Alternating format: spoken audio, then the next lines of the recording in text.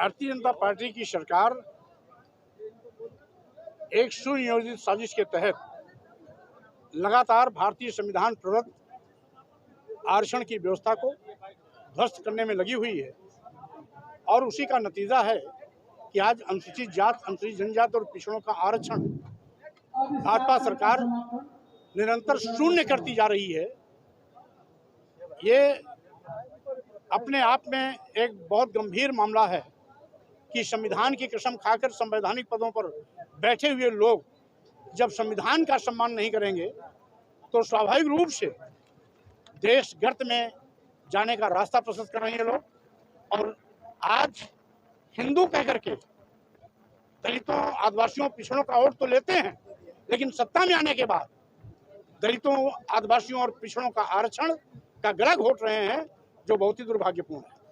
में जिस तरह शपथ ग्रहण हुआ और अखिलेश यादव जी का जो है मंच से गायब रहना, किस तरह की राजनीति, इसको पर क्या कहेंगे? श्री अखिलेश यादव जी की बड़ी मां दादी कल ही एक्सपायर हो गई थी। अंत्येष्टि कार्यक्रम में व्यस्त होने के नाते कर्नाटक जाने का कार्यक्रम उनका निरस्त हुआ था। इसके पीछे कोई और कारण नहीं था, बल्कि उनकी बड़े पिताजी की पत्नी यानी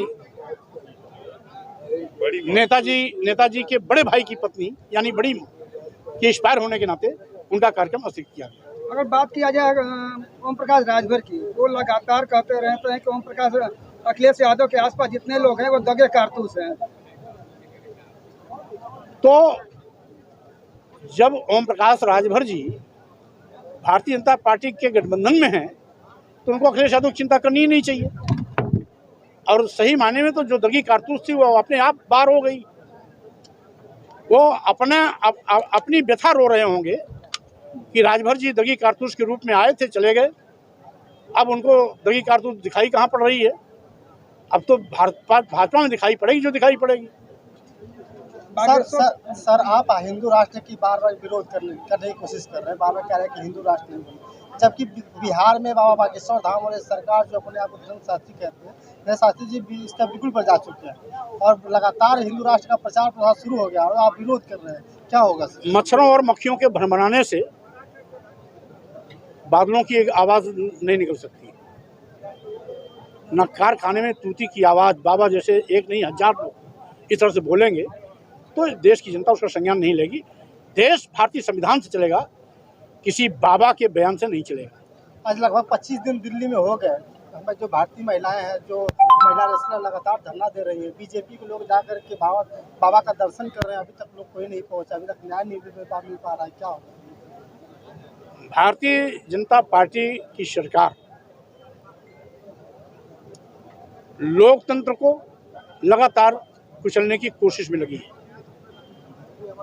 दिल्ली में धरना देने वाली बेटियां कोई ऐसी तैसी बेटियां नहीं हैं, वो विश्व स्तर की उच्च स्तरीय खिलाड़ी हैं, ओलंपिक में गोल्ड मेडलिस्ट पाने वाली लड़कियां हैं, वो पूरे देश की ऐसी गौरवशाली बेटियां हैं जिसपे पूरे देश को नाज होना चाहिए कि पूरे दुनिया में अपने कर्तव्य से भारत का मान बढ़ाया।